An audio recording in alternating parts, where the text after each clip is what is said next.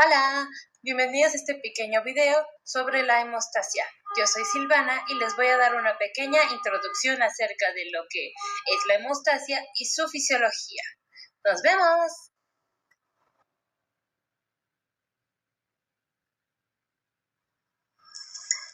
Muy bien, iniciamos definiendo qué es la hemostasia. La hemostasia se puede definir como un sistema que mediante un proceso complejo cumple dos funciones principales. El primero, mantener la sangre en un estado líquido fluido que permita la circulación en los vasos sanguíneos. Y como lo segundo, suprimir la salida de la sangre desde el espacio intravascular a través de un vaso lesionado. Ahora, continuando ya que tenemos esta definición, entraremos más a detalle en lo que es la fisiología de este segundo paso. Ahora que ya definimos lo que es la hemostasia, es hora de entrar un poquito más a detalle en lo que es la fisiología de la hemostasia. Retomando desde la segunda función principal, esta última función es mediante la formación de una red de fibrina que además proporcionará los elementos para reparar la pared del vaso, y cuando la red de fibrina ya no es necesaria, este mismo sistema la eliminará mediante la fibrinólisis. Por lo tanto, este proceso debe ser rápido, localizado y cuidadosamente regulado. Las consecuencias de una falla en este sistema son evidentes, ya que puede provocar trombosis o hemorragia. Bueno, yo soy Lorena y yo les voy a hablar acerca de la hemostasia primaria. Esta va a ser conformada principalmente por plaquetas, además de otros factores como el factor de von Willebrand y también prostaglandinas. Y bueno, recordemos que las plaquetas son células anucleadas que van a contener gránulos y que su precursor va a ser el megacariocito. La hemostasia primaria va a iniciar a los pocos segundos de que se produce una lesión. Van a interactuar plaquetas junto con la pared vascular para detener la salida de sangre.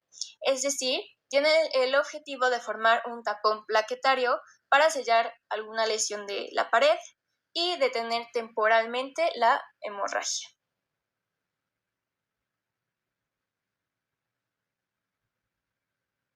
Ahora, ¿cuáles son las fases que se llevan a cabo para la formación del tapón plaquetario? En esta diapositiva tenemos un resumen de las fases y estas se resumen en tres principalmente. La primera es la adhesión plaquetaria al subendotelio vascular dañado con ayuda del factor von Willebrand. La segunda fase va a constar en la agregación plaquetaria primaria por la activación de receptores glucoproteicos, que son el 2B y el 3A. Y en tercer lugar tenemos la liberación de compuestos intraplaquetarios, que son agonistas plaquetarios para la agregación secundaria. Ahora tenemos que mencionar que también se van a liberar factores que van a ser necesarios para la coagulación, la cicatrización, la reparación del vaso dañado y también para la inflamación.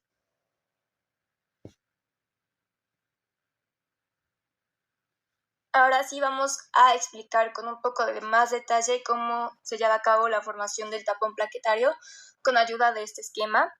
Y bueno, en primer lugar, pues el endotelio se va a romper y va a dejar expuesta a la colágena, por lo que las plaquetas se van a activar y se van a adherir a ella junto con la ayuda del factor de von Willebrand y también a través de las glucoproteínas que están en su membrana. Bueno, importante mencionar que el factor de von Willebrand, como lo pueden ver en la imagen, se encuentra en el endotelio, pero también se va a encontrar en los gránulos plaquetarios.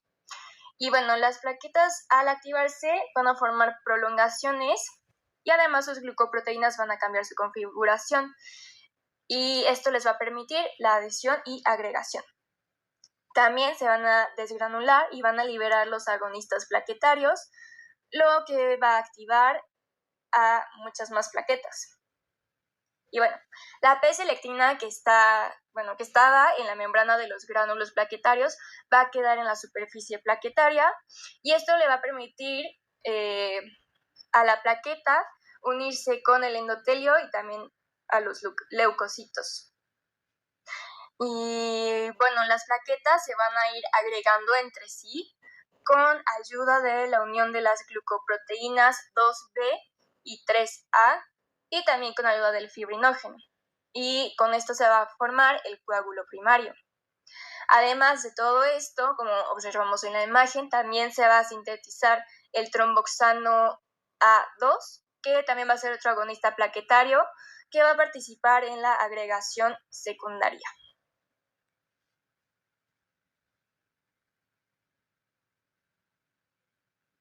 Ahora sí vamos con la hemostasia secundaria. ¿Quiénes van a conformar esta hemostasia? Va a ser conformada por los factores de coagulación, además de proteínas anticoagulantes como la antitrombina, la proteína C y la proteína S. El objetivo de este mecanismo es la formación del coágulo de fibrina, es decir, formar una malla definitiva que refuerce el tapón plaquetario inicial, del cual ya hablamos. Y bueno, esto va a favorecer la formación de un coágulo definitivo.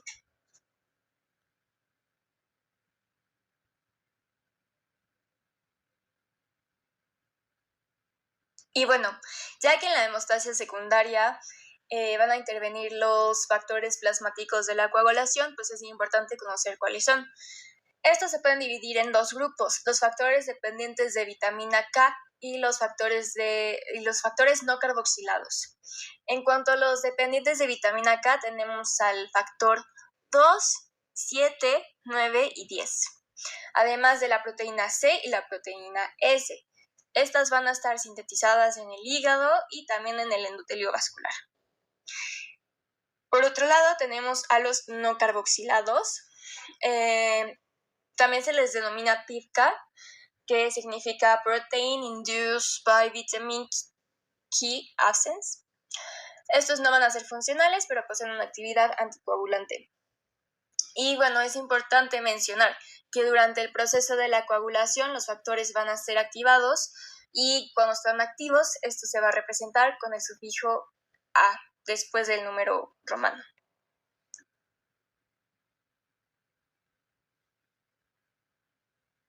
Igualmente vamos a tener a los cofactores. Estos se dividen en procofactores plasmáticos y procofactores celulares.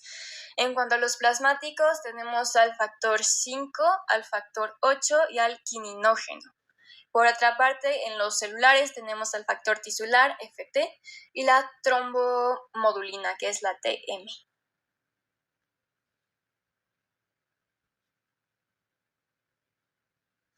Y bueno, ¿cómo se inicia este proceso de coagulación? El primer paso es que el factor tisular va a estar liberado por el endotelio y esto es mediante la vía extrínseca. Ahora, el TF va a activar al factor 7 cuando hay presencia de fosfolípidos aniónicos y también de calcio. El TF junto con el factor 7 activado van a activar a los factores 9 y 10. El factor 10 activado a continuación se va a unir con el cofactor 5 activado y van a generar pequeñas cantidades de trombina o microdosis de trombina, que es el factor 2 activado. Y bueno, esta trombina es un agonista plaquetario. Entonces van a haber más plaquetas activadas y una mayor superficie para la activación de los factores de la coagulación. Después, la trombina inicial va a amplificar el proceso de la activación de otros factores, que son el factor 5, el factor 11 y el factor 13 de la coagulación. Y además se va a activar el factor 8 porque se separa del factor de von Willebrand con el que viaja unido en el plasma.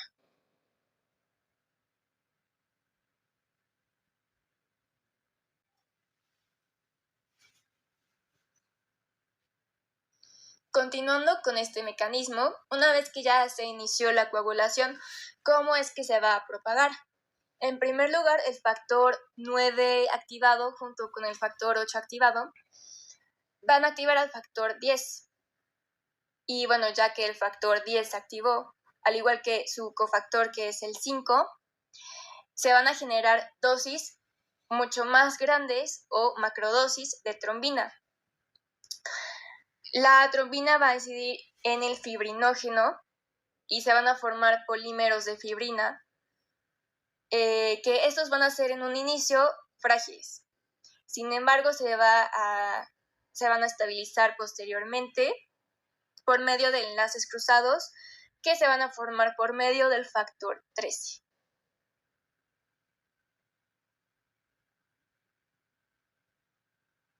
Otra cuestión importante de la hemostasia secundaria es que debe de haber una regulación antitrombótica.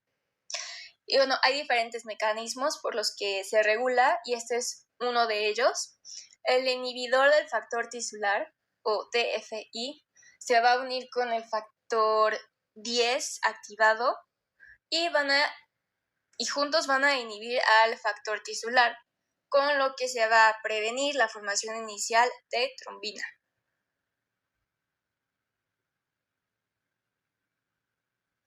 Otro de los mecanismos consiste en la unión de la trombina junto con la trombomodulina o TM.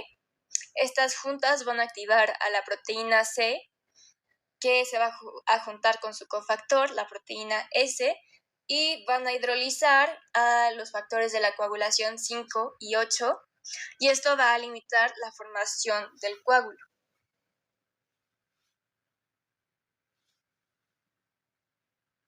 Finalmente, otro mecanismo de regulación antitrombótica se trata de la antitrombina o AT, que literalmente su función es inhibir a la trombina. Cuando la antitrombina se junta con el glucosaminoglucano o GAG, su función se va a potencializar, por lo que se va a inhibir aún más trombina.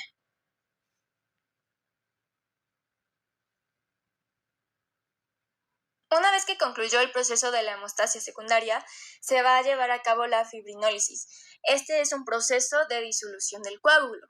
El protagonista se trata de la plasmina, y es importante recordar que su precursor es el plasminógeno y que gracias a la acción de las enzimas activador tisular del plasminógeno y activador del plasminógeno tipo urosinasa es que se llega a la plasmina. La función principal es la de degradar el fibrinógeno.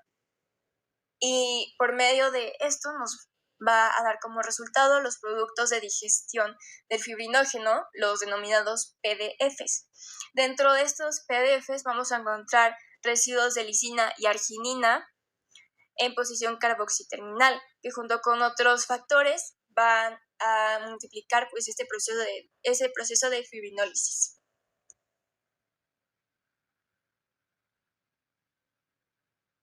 Al igual que el resto de los procesos y mecanismos, la fibrinólisis también cuenta con un sistema de regulación, por lo que tenemos a los inhibidores de la fibrinólisis. A continuación voy a explicar 3 formas en las que se puede inhibir. La primera es por medio de los inhibidores del activador del plasminógeno, que son el PAI-1, que se generan en el endotelio vascular e hígado, el tipo 2, que tiene un origen placentario, y el tipo 3, que tiene una menor actividad antifibrinolítica.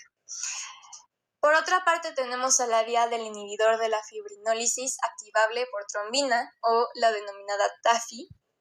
Y por último, tenemos la regulación de la actividad proteolítica de la plasmina por la acción de la alfa-2 antiplasmina, la cual es el principal inhibidor fisiológico de pues, la plasmina, por lo que esta es la vía más útil en el caso de inhibición de fibrinólisis.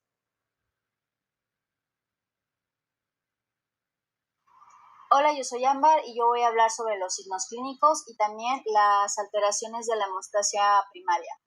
En los signos clínicos tenemos varios, que es como por ejemplo el sangrado visible, ya sea por heridas externas o por orificios naturales, como lo son el ano, la vulva, la nariz, los ojos, entre otros. También va a haber presencia de mucosas pálidas, equimosis o petequias, que podemos ver en la imagen de abajo. También epistaxis, hematuria, melena, hemorragias oculares, el sangrado de encías. También va a haber una hinchazón y dolor en las articulaciones debido a sangrado articular y por ende podremos ver una cojera en los pacientes. Y también van a presentar una piel fría y húmeda pues debido a la pérdida de la sangre. También dificultad para respirar, también pueden presentar hemorragias pulmonares. Tienen tendencia a la formación de hematomas con mínimos traumas. También sangrado prolongado después de cortes o cirugías. También después de las extracciones dentales. Hemorragias espontáneas en la piel sin alguna causa aparente. Hematemesis. También hemorragias en almohadillas de las patas. Sangrado durante el embarazo o el parto. Y pues por ende, con todo esto, por la tanta pérdida, podemos encontrar o ver los signos de shock, como la debilidad, la taquicardia, pues obviamente la palidez de las membranas mucosas y el colapso.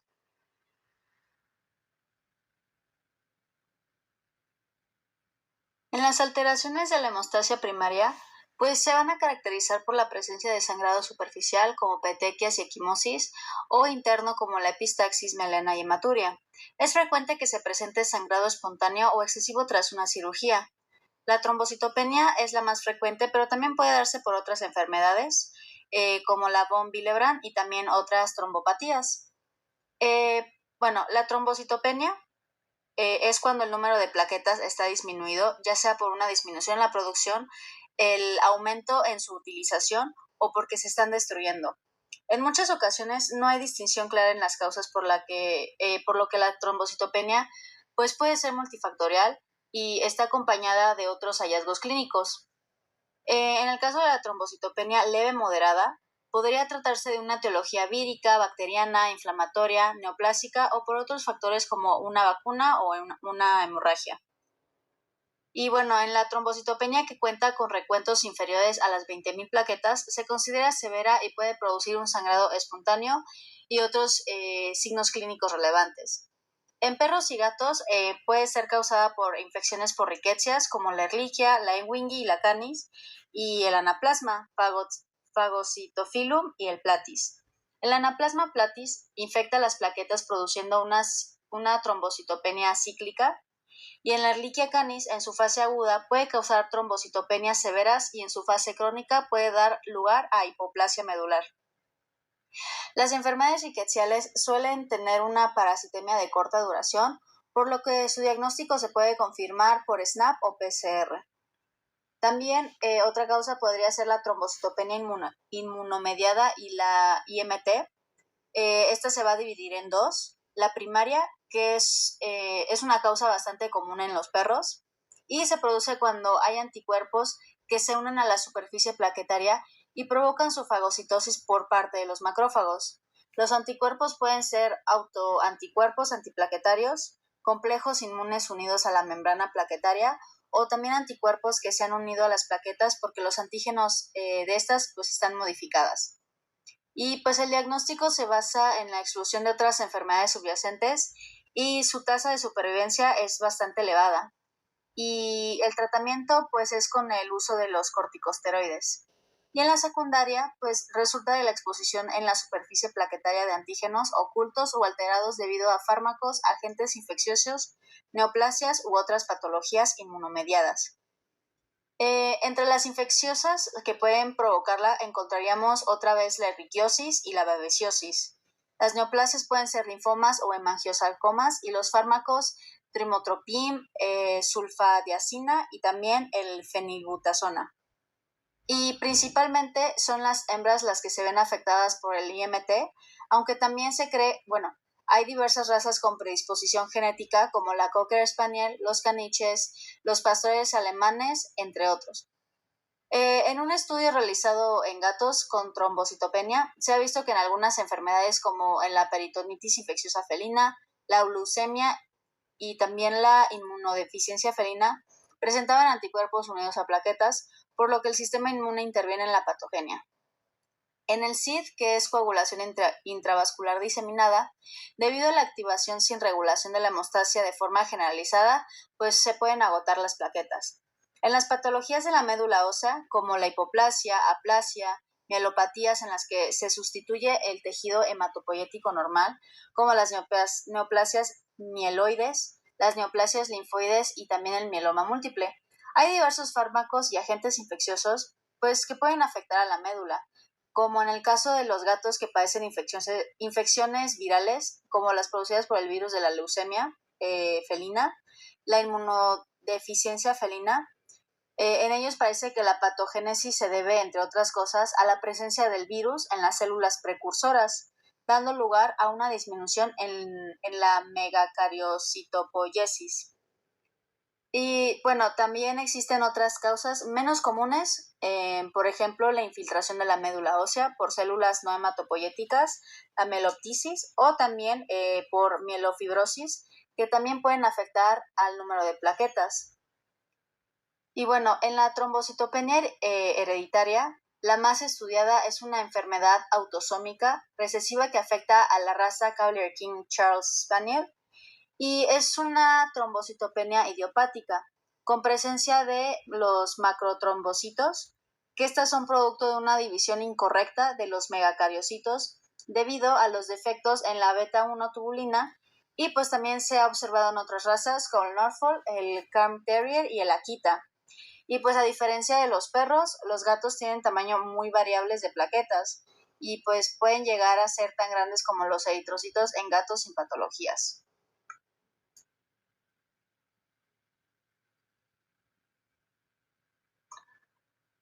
Otras causas en las alteraciones de la hemostasia primaria puede ser defectos en las funciones plaquetarias. Esta se trata de animales con un número de plaquetas normales, pero tienen signos clínicos de alteraciones de la hemostasia primaria, y estos se van a dividir en adquiridos o heredados. Entre los heredados se van a encontrar, se encuentran la hematopoiesis cíclica de los perros, de la raza Grey Collie, y las deficiencias en los gránulos densos de los American Cocker Spaniel. La hematopoiesis cíclica, pues, es una enfermedad autosómica recesiva que cursa con etapas de neutropenia y trombocitopenia, ya que estas afectan a las células madre. En la raza de American Cocker Spaniel hay deficiencias en los compuestos presentes en los gránulos densos de las plaquetas, lo que puede dar lugar a hemorragias tras traumatismos leves o por alguna manipulación hospitalaria. El trastorno que se produce cuando hay un defecto en la integrina glicoproteína 2B y 3A de la membrana de las plaquetas se va a denominar trombastenia de Glassman.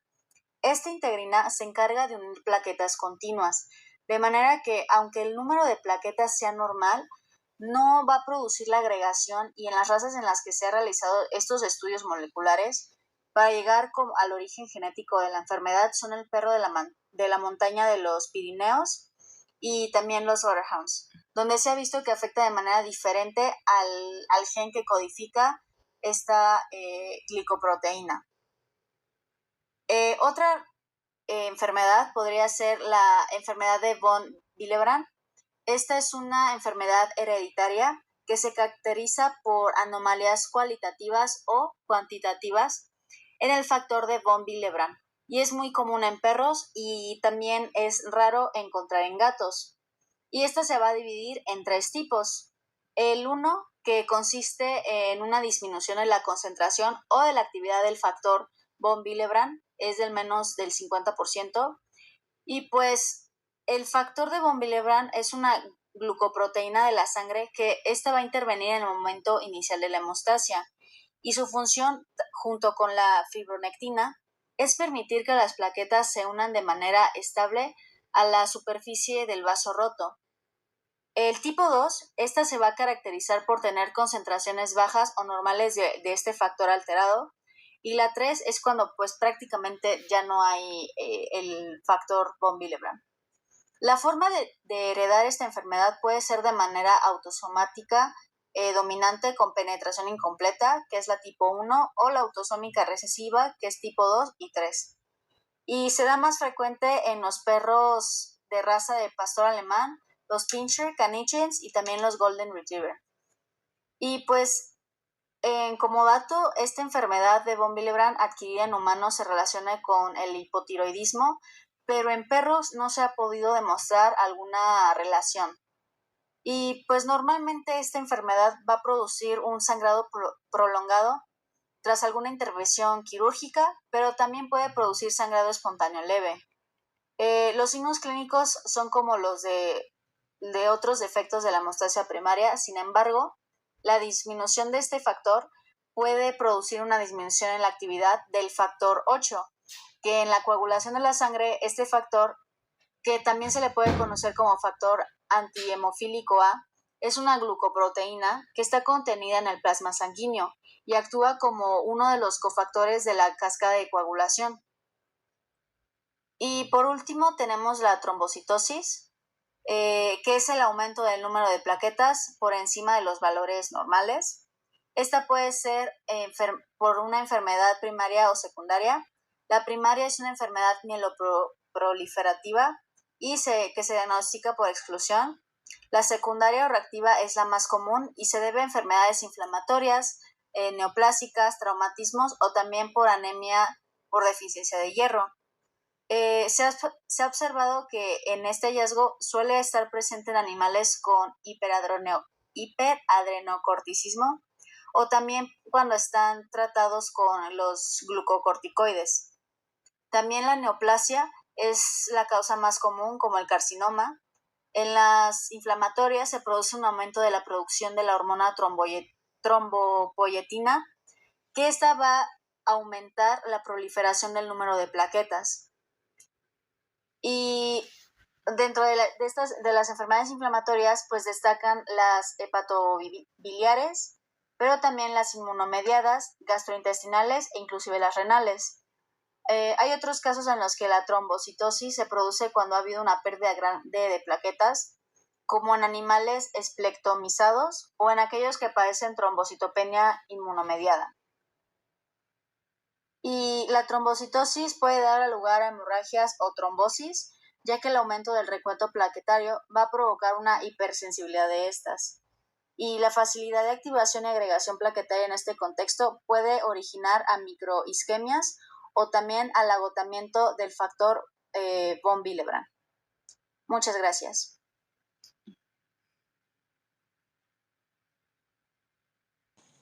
Hablando de las alteraciones de la hemostasia secundaria o alteraciones de la coagulación, tenemos que se pueden dividir en dos, congénitas y adquiridas. En la congénita hablamos de la hemofilia A y hemofilia B, y en las adquiridas hablamos del déficit de vitamina K. La hemofilia A se caracteriza por la deficiencia del factor número 8 de la coagulación, y la hemofilia B se caracteriza por la deficiencia del factor número 9 de la coagulación. Estas dos son características recesivas del cromosoma X. Se pueden clasificar dependiendo a la presencia del factor.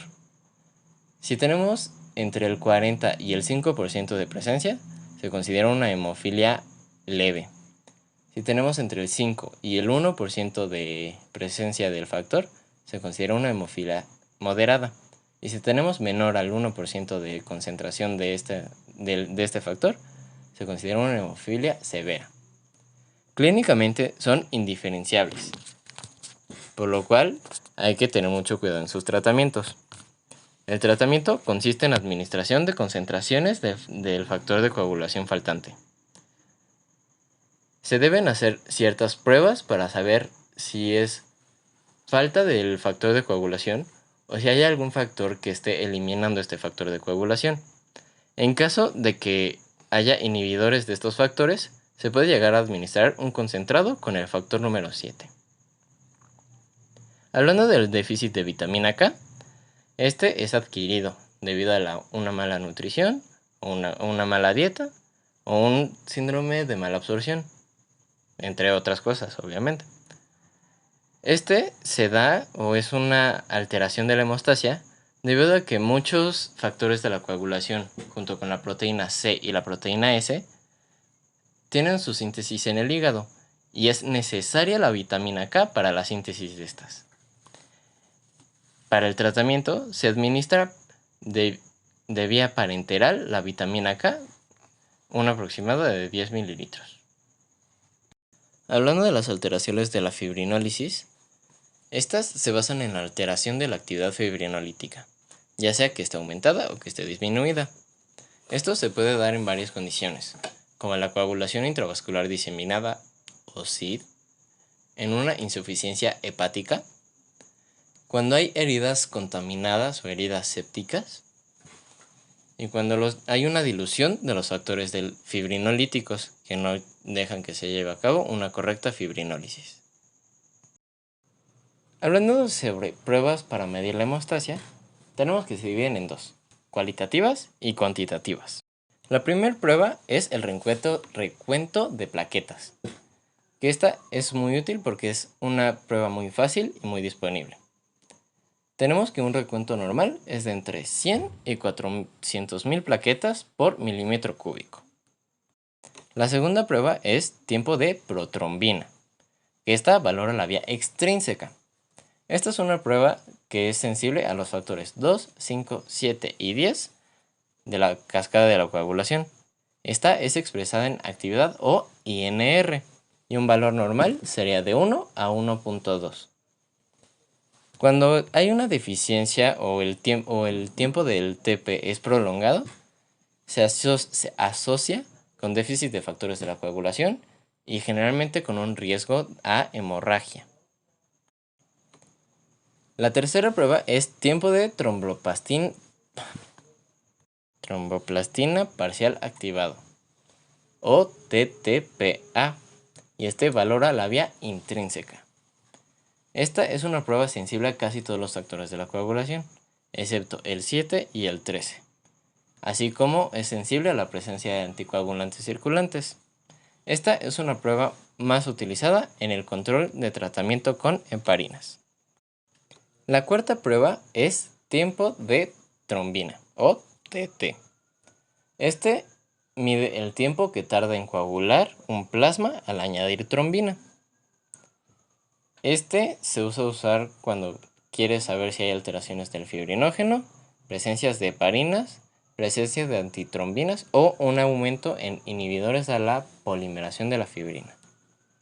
La quinta prueba es tiempo de lisis de euglobinas, que esta valora el tiempo de lisis de un coágulo formado con la fracción euglobínica. Esta nos da información sobre la actividad fibrinolítica. Ahora, hablando de las pruebas cualitativas, la primera que tenemos es tiempo de hemorragia. Esta nos sirve para valorar el funcionalismo de las plaquetas. Esta se basa en hacer una pequeña incisión de 1 centímetro de largo con 1 milímetro de profundo y valorar medir el tiempo desde que se hace la incisión hasta que se hace la coagulación correctamente o hasta que se detiene el sangrado. Y la segunda prueba que tenemos sería la tromboelastograma, que es algo que valora la elasticidad de un coágulo en cuanto a su formación, maduración, retracción y lisis, ya que examina un coágulo en sangre fresca y así valora todos los componentes de la coagulación.